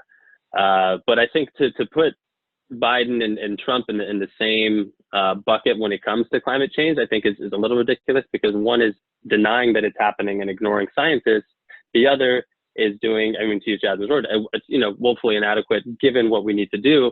But at least he is a part of the conversation. At least Joe Biden is acknowledging that, right? He said, as part of our pandemic response, which again, we haven't talked about the pandemic, talked about ignoring scientists and the way that Trump has done that, and is the reason that we're all still in our homes while countries like Italy, France have been relatively reopened. But back to climate change, he's acknowledged that part of his kind of like rebuilding from the pandemic is going to include some climate measures. Are they going to be adequate enough to put us on a path to kind of keeping the planet inhabitable for humans? Not necessarily, but it is a demonstration that he's going to be listening to scientists, that he's going to do something about it rather than actively suppressing efforts to mitigate climate change, is something that I think is really important to acknowledge. As inadequate as it might be, right? It's not like he's putting forth things like we need to reimagine the way we, our meat industry and the carbon impact of our meat and our dairy and all of that. But is it way better than what we're seeing from the Trump administration? Absolutely. Just to clarify, though, my argument about the sort of inevitable inadequacy of a Joe Biden administration on climate issues, it doesn't really have to do with Joe Biden's climate policy. It has to do with the powers of the presidency. Joe Biden, any president who takes office over the next few years is going to be constrained in his ability to address climate change. Very, very severely constrained. It's Congress. If the federal government is going to take the lead on climate change, it's Congress that has to do most of the work. Unless we want, a president to vastly expand his powers over domestic policy, which is not good, in my opinion. And furthermore, we also have a Supreme Court that's not, that's probably not going to support the vast expansions of presidential power that would be required, to achieve, really ambitious climate policy through, the office of the president alone, right? So my argument that we need to focus on the states right now has to do with the fact that the presidency just really doesn't have the power to address climate change in the way that it needs to be addressed, and Congress is not going to address the problem because Republicans, it's not as though Republicans are going to remain the minority party in both the Senate and the House for the next 10 years. That's highly unrealistic. And just for my work on public power in the state of New York, a lot of energy policy is made at the state level anyway, right? Utilities, they're regulated, at least in New York, at the state level. I'm not sure, what powers the federal government would have to change the way that energy is regulated at the state level in New York, but there's a very clear window in the state of New York to change the way that we produce power to power our homes and our businesses, etc. So that's the reason why I'm saying don't depend on the presidency. Yeah. I mean, I agree that we can't put all of our marbles in the bucket of the presidency, but if a Green New Deal type of thing passed, which again, it's not going to solve all of our problems, but it's certainly a step way towards the right direction, the Trump administration is not going to sign it. The Biden administration would. So I think that speaks to some of the power that it would have. I don't disagree that so much more needs to happen on a local, state, community level. But I mean, we're here talking about Biden versus Trump, right? So I suppose that's why I was staying within those constraints. And when it comes to the two, I mean, I think there's hardly a comparison. I agree. I think everyone's made a lot of really good points. And I think where I stand is I do kind of agree with Eitan on this, where I think, Jasmine, you're right. It is we can't rely on the presidency, but in terms of veto power, that is important. Eitan is right, in my opinion, where if a Green New Deal does pass, Trump will veto it and Biden will not, he, I think, has already, shown support towards that on his platform. And again, we shouldn't give too much credit to platforms, but I don't think that's irrelevant either. And also for me, it's thinking that who was the head of the EPA going to be? Is it going to be a climate change denier, or will it be someone who actually, believes scientists? And, it really shouldn't be that we're reduced to make that kind of choice, but we have been, and we do have to choose between a climate denier and not. And, again, we have to acknowledge that Democrats have not been perfect on this, especially when it comes to Native rights in this country. Native people in this country have, they have always known how to preserve the land, and they did it. And then, Annalise, you're right. The U.S. as a settler colonial state came in and ruined it, which is why we're seeing all these fires in California. And, Obama did, promote the Dakota Access Pipeline, and that can't be ignored either. I think we do have to acknowledge that a Biden presidency would not be perfect with this whatsoever. But I think it's too important, and for me, that has been the biggest push to vote for Biden, is because of the environment, and because I don't want a climate change denier as our president, and two, as head of the EPA. I think that is extremely important. And any of these issues, it is going to fall to the people to push for this and to create actual change by organizing, in our local, on our state levels, and so on. But the world also looks to the US on how it handles climate change. And Trump being in power and putting the people he has put in power to handle it has sent an abysmal message to the rest of the world that says, like, you don't have to care because we don't. And not that the US should have this much say, but unfortunately it does. And like, I don't think that can be ignored either. Okay, I think we can open it up for Q&A. Jamil, you want to jump in and get that started? Let's see what people have to say or ask. Yeah, definitely. Okay, so this is an email question that came through. It's anonymous. What influence will the progressive wing of the party, so they're talking about AOC, Rashida, Ilhan, have on the Biden administration? Will they have to succumb to what Pelosi and Schumer want, or will there be progress on particular issues? Let's go all around. At least why don't you start and we'll go all around. Each one, go ahead and say your piece. Yeah, and you're muted. Oh, sorry. Okay. I mean, I'm not really hopeful. I don't honestly believe that they'll have such a significant impact to dictate or to steer the narrative in any kind of specific way. Obviously, they're a large minority, and even still, a lot of their progressive takes on things, like, just simply like aren't progressive enough if we're talking like certain issues of human rights and things like that. But I don't believe that they'll have some sort of atypical power over a really conservative Democrat presidency. I don't think they'll be significantly impactful. Yara, what do you think? I do kind of agree with that analysis. I don't think that, like, and I also want to just put Ayanna Pressley's name out there too. I'm noticing when we're like talking about that, like that group of, you know, progressive politicians, like I want to include her name because she's done a lot as well. I don't think that they alone will be able to, you know, like sway the presidency, but I do think that they still have a lot of impact, you know, like it is really amazing to see Palestine so forcefully being brought to the floor of the House. And, you know, I think they're representative of, you know, like what a lot of leftists like want to see. And, you know, like, of course they're not perfect. They're not everything.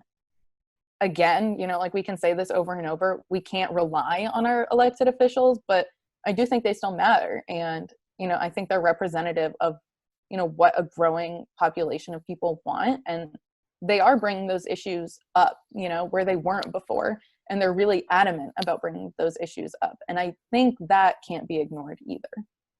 I agree with you. I think they're definitely representative of like this faction in the ruling class. And I am like interested to see how that goes, because as it stands, they are, you know, atypical Democrats. Just like Bernie Sanders gaining the popularity that he gained, that was a true indicator of like the sickness of neocolonialism in general, and like paved a way for like a new place in American politics. So I think their existence is very interesting. Jasmine? I am much more pessimistic. I'm sorry. What I was just doing was I was Googling like House Progressive Caucus because I wanted to see how many people are in the House Progressive Caucus.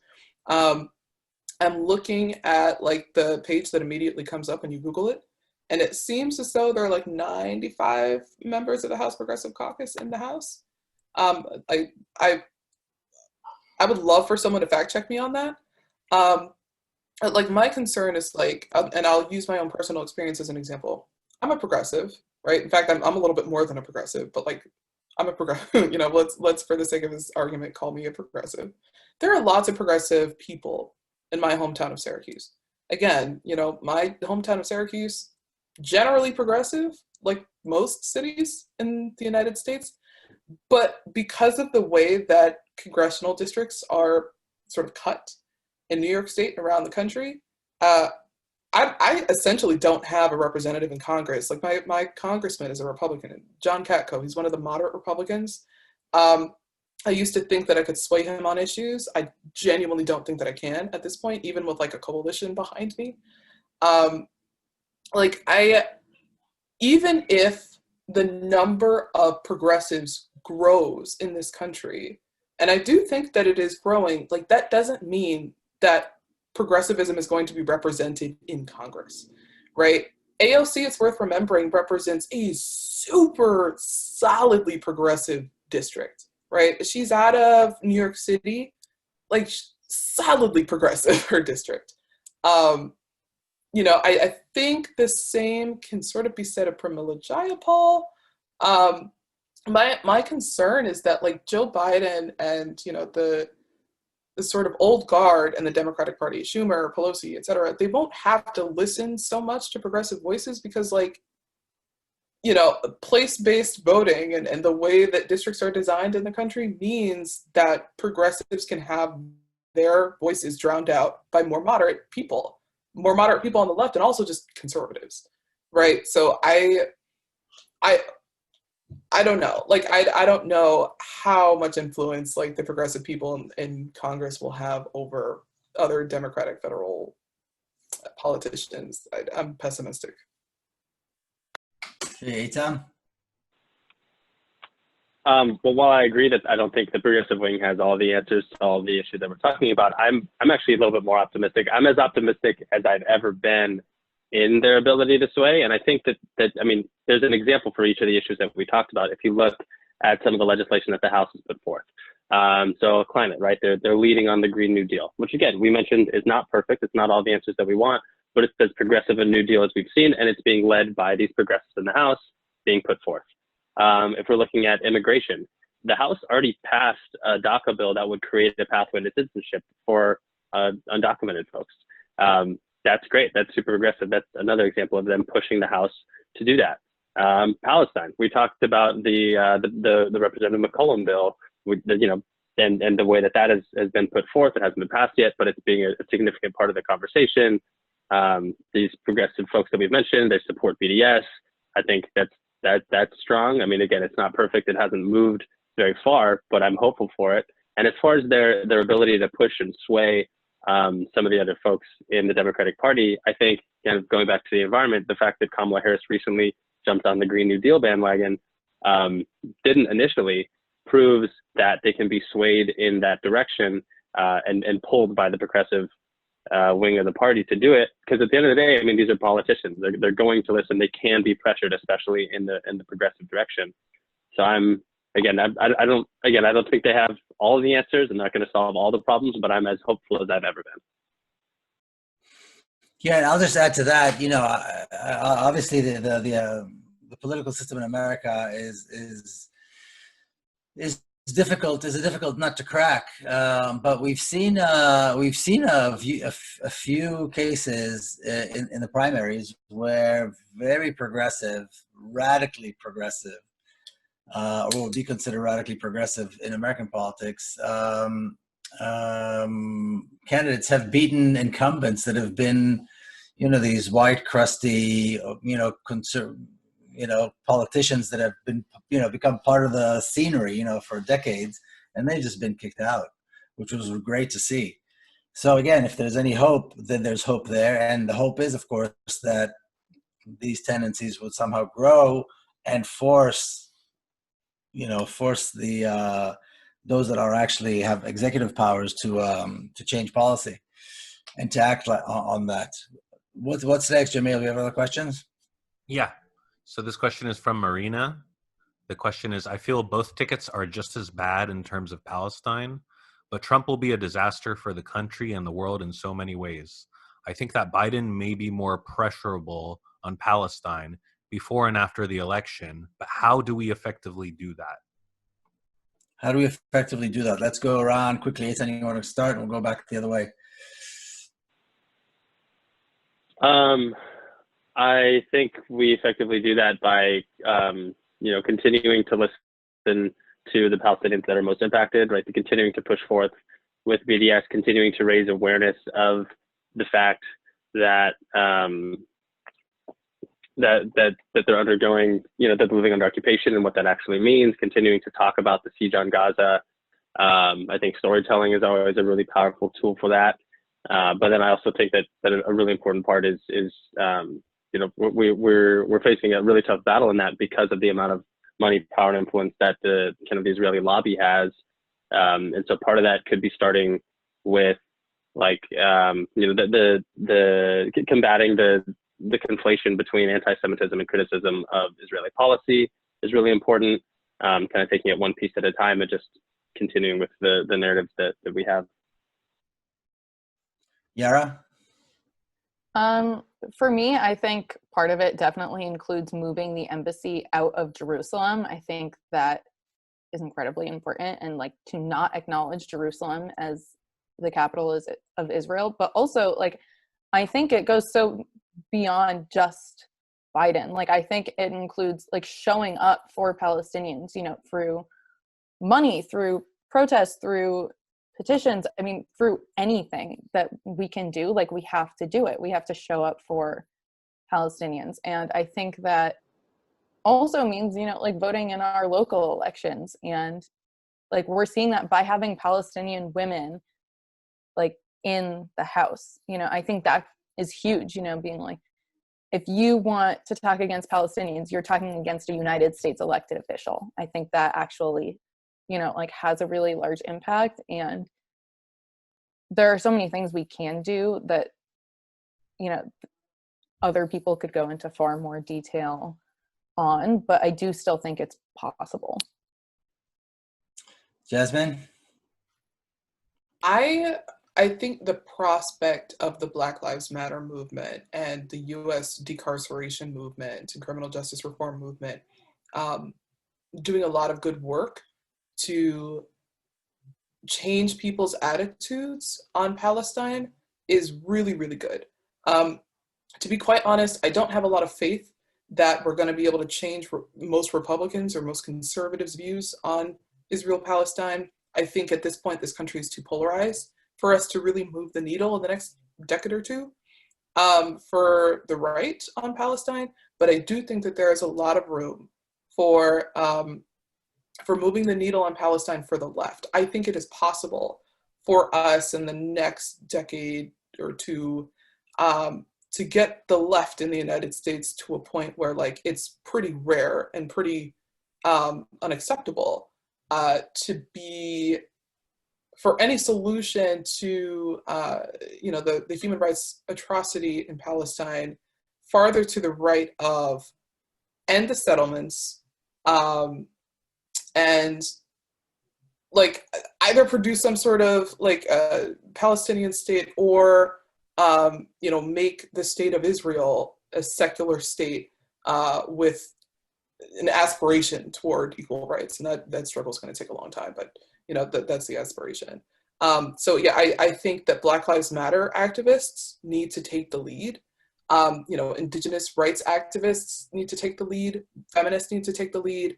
And I know we're all dealing with like lots of problems on our own at this point, and it's a lot to like take on another cause, but it's important, obviously, you know, for us to stand in solidarity with Palestine and to go beyond solidarity to make it clear in the United States that there is no support for BLM without support for Palestine.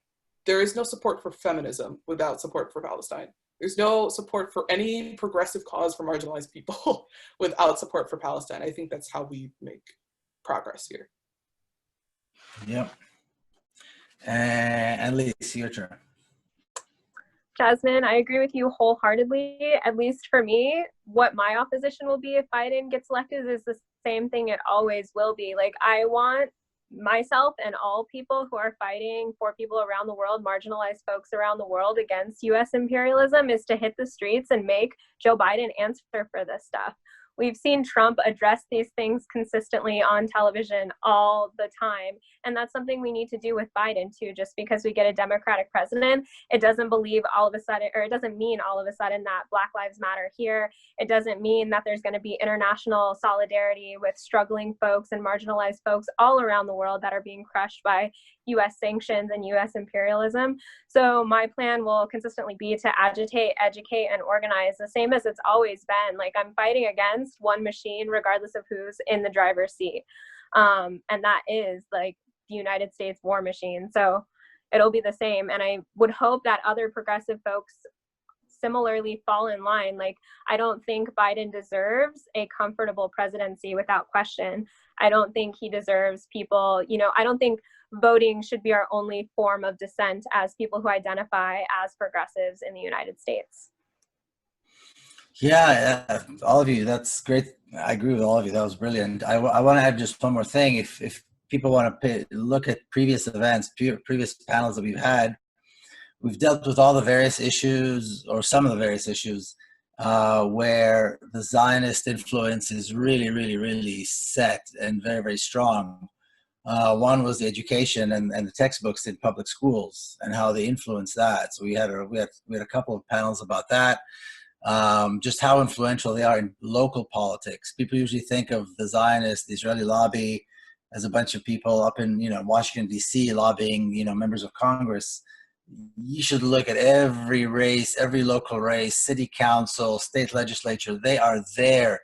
Every mayor, every race for sheriff. I mean, they are there, making sure that their voice is heard and their point of view is the dominant one. So that is, I think, where people absolutely need to look if they wanna make a change, and definitely not make Biden or any elected officials time in office comfortable. I think that's definitely something we should make sure never happens. All right, let's go. What's next? Maybe I'm sorry, somebody want to add something?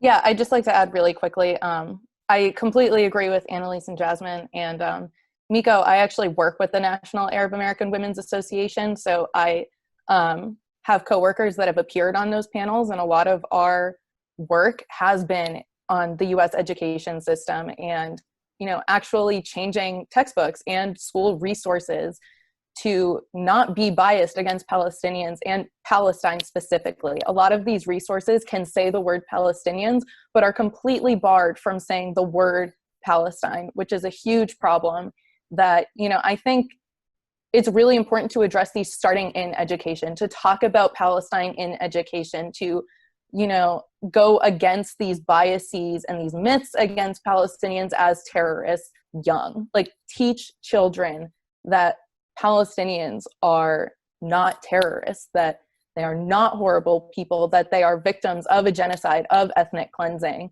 and that there is much more to Israel than just a Jewish state. It goes so far beyond that. It is an apartheid state, and I think it's so important to confront that early on through education. It is a long game, and it has to start young, and I think that's a huge approach. And Yeah, just absolutely. Yeah. Pop culture can play a really big role in sort of like moving the needle on Palestine as well. So like, queer artists of color in particular, like I think they can pick up a lot of the slack. And and the resources are there. There's a great book which I have not next to me right now, unfortunately. It's called Palestine: A 4,000-Year History, by nuances, Palestinian, really well-known Palestinian historian. And he shows very clearly this country Palestine was called Palestine for 4,000 years by Aristotle, by Herodotus, by major Greek and Roman historians and philosophers and writers who visited, who wrote about it. And then one day in May of 1948, boom, gone, forgotten. It became Israel. And from that moment on, and when you look at social studies textbooks in America, in public schools, none of that exists. The only narrative that exists is the Zionist narrative. So I'm glad you brought that up, Yara. That's right. I actually knew that you work with them, and that's tremendously important work. And that's exactly where I think people need to look at. Should we do one more question, Jamil, and then wrap it up? It's already 1 o'clock. Yeah, we'll do one more. This one is about climate, so we can end on that. This one is from Farah Mars. The question is there any hope to resolve the ecological crises resulting from the normal functioning of global capitalism as a system without engaging in massive disruptive actions that go beyond the traditional notions of organizing? Don't we have to be disruptive and anti-capitalist and soon? An intense question. That's pretty intense. Who wants to jump in first? Any volunteers? No volunteers. Okay, I'll pick them. Jasmine, why don't you go first? I'll be very honest. Like, this is something that I've been thinking about a lot over the last few months. Like, I think, just for me personally, I think if you think about the task of addressing climate change, in terms of like, in terms of like, you know, in these grandiose terms, like, you know, we have to defeat capitalism, we have to do this, we have to do that. It seems like really daunting, right? When you think of, you know, the task of addressing climate change is first and foremost like an anti-capitalist task. I think, at least for me, it becomes very scary, right? But when we actually think about specific policy solutions to address climate change, I think the task of addressing climate change becomes a lot easier. So like, for example, I'll use the Public Power Coalition in New York State as an example. You know, public power is definitely not, it's not an economic arrangement that most people would consider capitalist.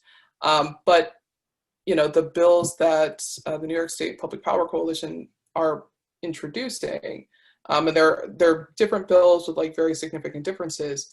Like they offer like more or less specific pathways toward both like 100% renewables and like an end to private ownership, private for-profit ownership of utilities.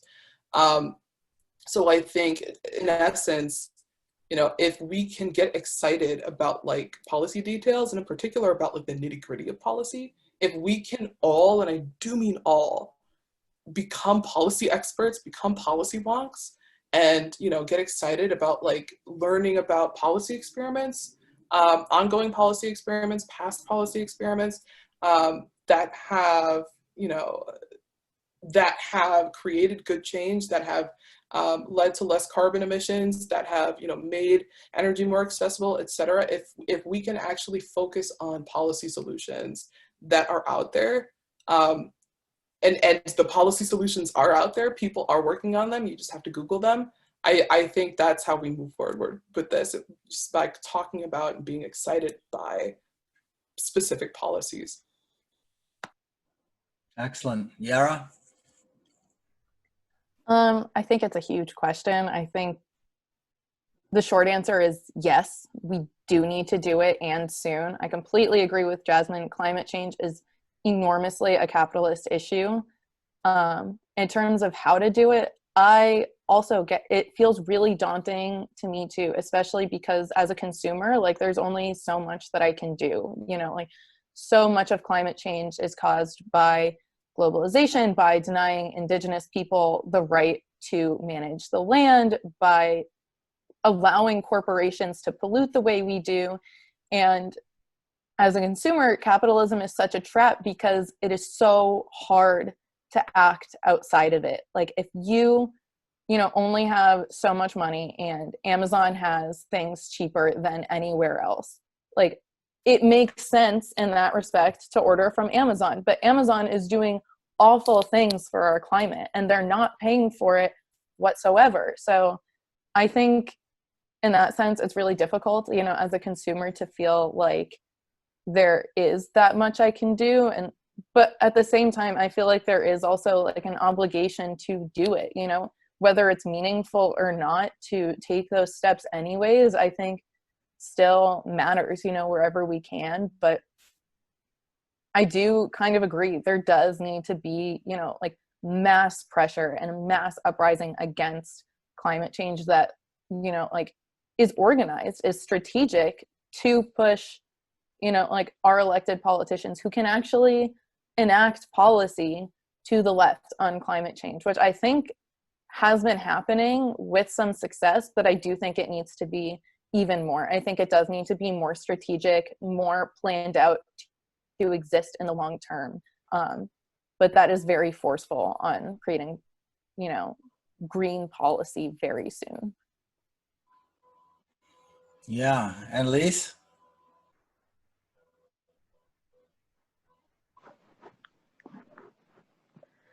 So I obviously think, well, single-handedly capitalism is responsible for this current climate crisis. I mean, just like from a short-term, it's a short-termism perspective. It's a lot cheaper for companies to do what they will with the waste that they accrue than to invest in new technologies that help assist like the planet in a more effective way. And the most like obvious approach is to create like a systemic change to fight for something else outside of this capitalistic machine. Because unfortunately, so even in the political spectrum, big business has like a huge hold and a huge pull on our political spectrum. And if that rings true, then the notion that climate change can be defeated or tackled isn't really legitimate. It's not a like wholly thought out analysis when a lot of our politicians are being bought out or are donating to like certain candidates or certain candidates' projects in various different places. But wholeheartedly, you know, we're seeing things that we've never seen before in terms of environmental decay and destruction, and single-handedly capitalism is to blame, objectively. Okay, and Eitan, the final word before we go. Well, I think this is a big question. We could probably have a whole panel discussion just on this question. But I mean, in short, yeah, capitalism is horrible for the environment. It's something that we are complicit in our daily lives, the clothes we wear, the food we eat, and you know, the fact that our systems are such that we're not even thinking about the person that picked the tomatoes on our sandwich or the person that picked the cotton in our clothes, et cetera. That lack of transparency and that's not seen as like a cost of what we're buying is a huge problem. And I think in that battle to, you know, to keep the planet inhabitable by humans, you know, I don't say save the planet, you know, the planet's going to be okay without it. It's more that the humans won't be able to survive on it if it continues in the direction that it is. As we continue to organize that, I guess to bring us back to kind of the topic of the panel, and who we choose for president, I think it kind of brings back the idea of putting someone into power and voting for someone, hopefully electing somebody that is going to be, you know, pressurable on these issues, that is least likely to get in our way, so to speak, as we try to imagine this world that we create. And I think if we look at some of the most vocal, you know, loud, consistent voice, anti-capitalist voices, they've largely endorsed Joe Biden, right? If you look at like the Angela Davises, the Cornel Wests, they're talking about how we need to be, you know, getting Trump out of office, getting Biden in office so that we can pressure him on some of these policies. And so I guess that's my take on that. And, you know, like I think you've all said, we gotta be out there. Somebody in the chat said, you know, we're already working so hard. How much more can we do? I think it's about, whether it's Palestine or any other issue, it's really just about organizing more and spreading the word and getting more people involved and getting more people, like you guys said, excited about it, and people who care about it to come out and to understand what it is that they need to do. And that is not going to change. And either way, we need to be out there organizing, working, and working smart, and adding more and more people to the circle of progressives, because it's quite ridiculous that progressive is somehow considered somehow radical, you know, whereas progressive is really people who care about other people and care about the environment and care about justice.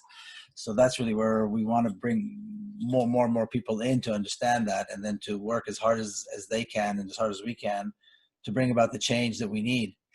Look, I can't thank you guys enough. I love you guys. This was an absolutely brilliant conversation. Exceeded, I think, any expectations that anybody had about this.